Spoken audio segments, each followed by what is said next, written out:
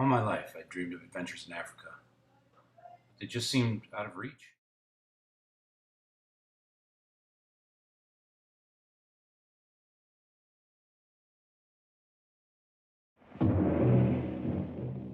My dream began when I was young, watching Tarzan.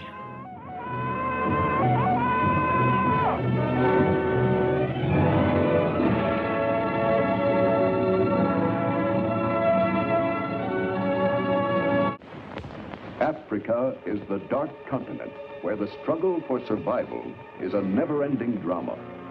A savage land where instant death or narrow escape is a part of everyday life. A land where the cheetah knows one who is swifter. A land where the great jungle cat knows one who is stronger and braver. I wanted to be like him. Strong, brave, friends with the natives and the wildlife. And of course, Jane. At the sound of his mighty yell, the antelope knows he is safe. The lion knows he must beware. The crocodile seeks the safety of the water. And the great elephant answers the call of his friend, Tarzan. The mighty ape man befriends the weak, helps the distressed, and enforces the jungle's primitive code of justice. I'd stand in front of the TV in my underwear with a butter knife calling out,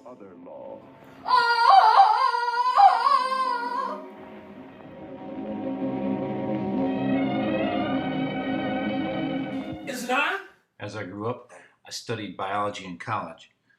I grew stronger, more brave, and I thought I was invincible. Attack me. Yes.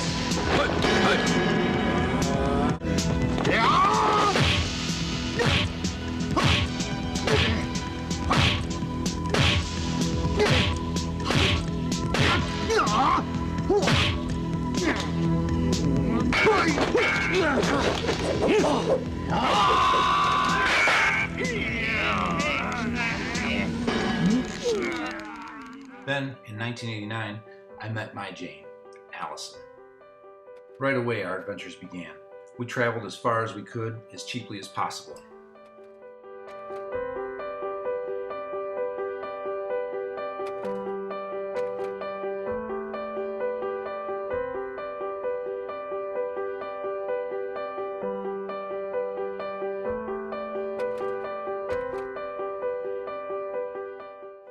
Our travel experiences helped to shape my worldview in terms of the environment, the people, science, and my role in it.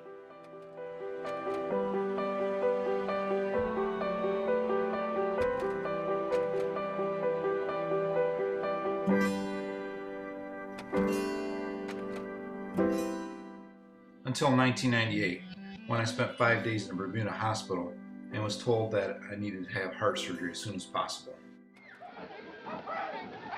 My self-image was shattered. You cursed brat! Look what you've done! I'm melting! Melting! Oh, what a world! What a world! Who would have thought a good little girl like you could destroy my beautiful wickedness? Ah, look out! Look out! I'm going! Ah, ah.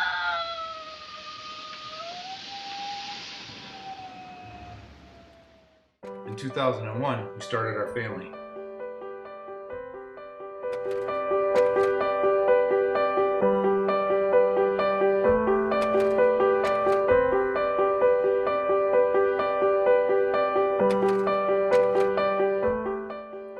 Then, 1 year later, I was told that my heart surgery had failed and I would need a second surgery.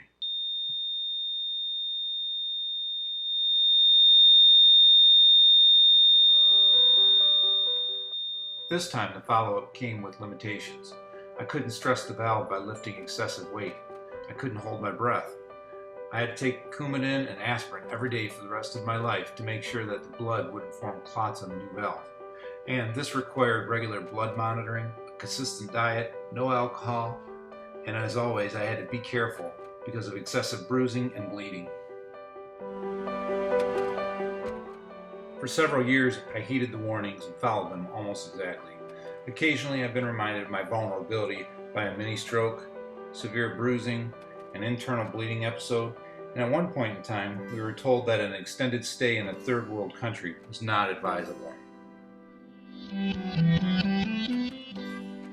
I never really felt limited, but in the back of my mind, I knew I had to be a little bit cautious.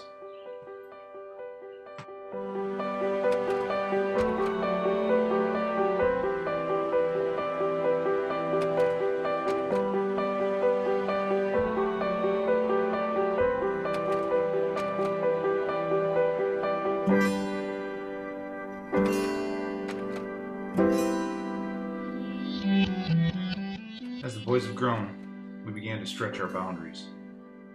Now we love to bring our kids with us on these trips. To share these experiences through their eyes allows us to relive the sense of wonder and discovery. We do so in hopes that it will broaden their worldview to help shape who they become.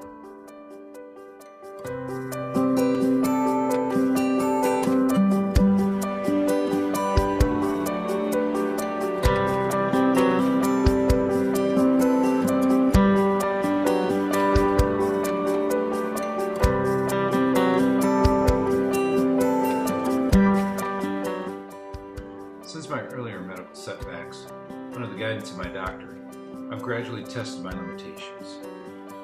Now I can enjoy an occasional beer with friends because I can monitor my own blood with a newer device. I'm also back to extensive exercise. You haven't heard of CrossFit? Let me tell you about CrossFit. CrossFit is a lifestyle in which you are prioritizing your health. The ability to do many different things at a high level of intensity. I think it's the absolute best way to help you reach your fitness goals. For me, it's making me happy. A fun way to get fit with log-mounted pipe. The last person finishing is just as important as the first one. It's this team atmosphere that ends up making you better as an individual. Camaraderie, that family that you end up building, and the energy that you get back from it yourself. That's CrossFit to me. When you come to a CrossFit gym, everybody knows your name, everybody loves you, and you're a part of something bigger than just getting a workout. CrossFit gave me that something extra that I kind of needed in life. It's my outlet. I love it. It's my passion. It's commitment. CrossFit is a sport now. I like the challenge. I compete with myself. I'm healthier. I am stronger. Even though I was sore, I was, would get a little discouraged, I felt accountable to my community, or I felt accountable to my class because they were looking for me there. Finding CrossFit and having to work really dang hard for whatever your goal is, whether it's to compete or just get a damn pull-up. I love it because the workout's different every day. I can come in and I don't know what I'm doing. Everyone is welcoming, everyone is cheering you on. They don't let you quit, even if you want to quit. We all share this experience, which is emotional. It doesn't look emotional, it looks like people working out, but it's emotional. I mean, it's raw, it's intense, it's incredible, it's freaking awesome.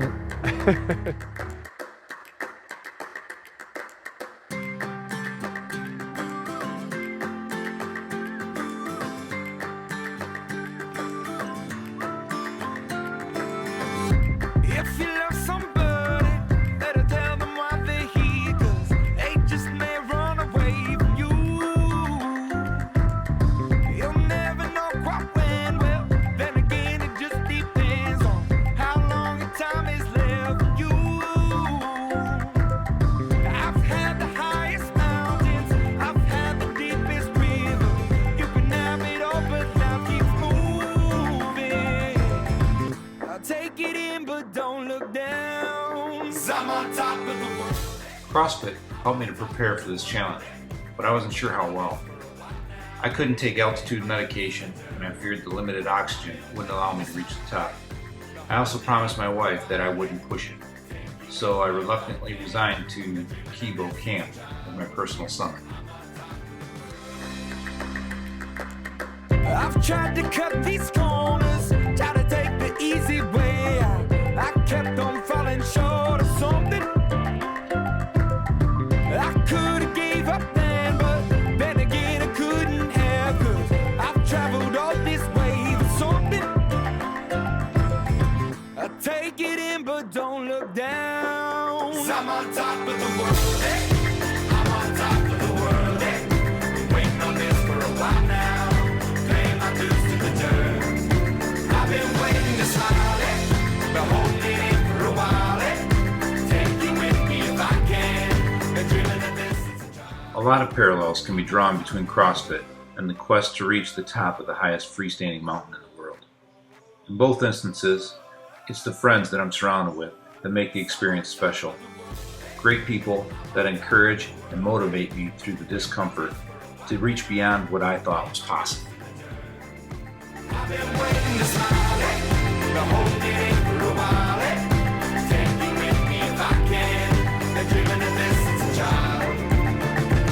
And I know it's hard when you're falling down, and it's a long way up. Dave, congratulations. One or the other. Thanks for getting me up here. Oh, this is incredible. I had very little to do with it. Didn't think I'd make it, I really didn't. Really? Really? Why not? Just medically. You know, thought that would hold me back. I didn't know that I trained hard enough. It's an incredible feeling. Up until the last? What? Up until the last minute? Yeah. Sharing this eye-opening third world experience with teachers that held the same dream that I had had made it transformative. Witnessing their growth, along with my own, the sense of discovery and internal struggles that come along with an experience of this magnitude made it extraordinary, and allowed me the same sense of satisfaction that I feel when traveling with my kids. If you love somebody, better tell them why they're here. Bakubra.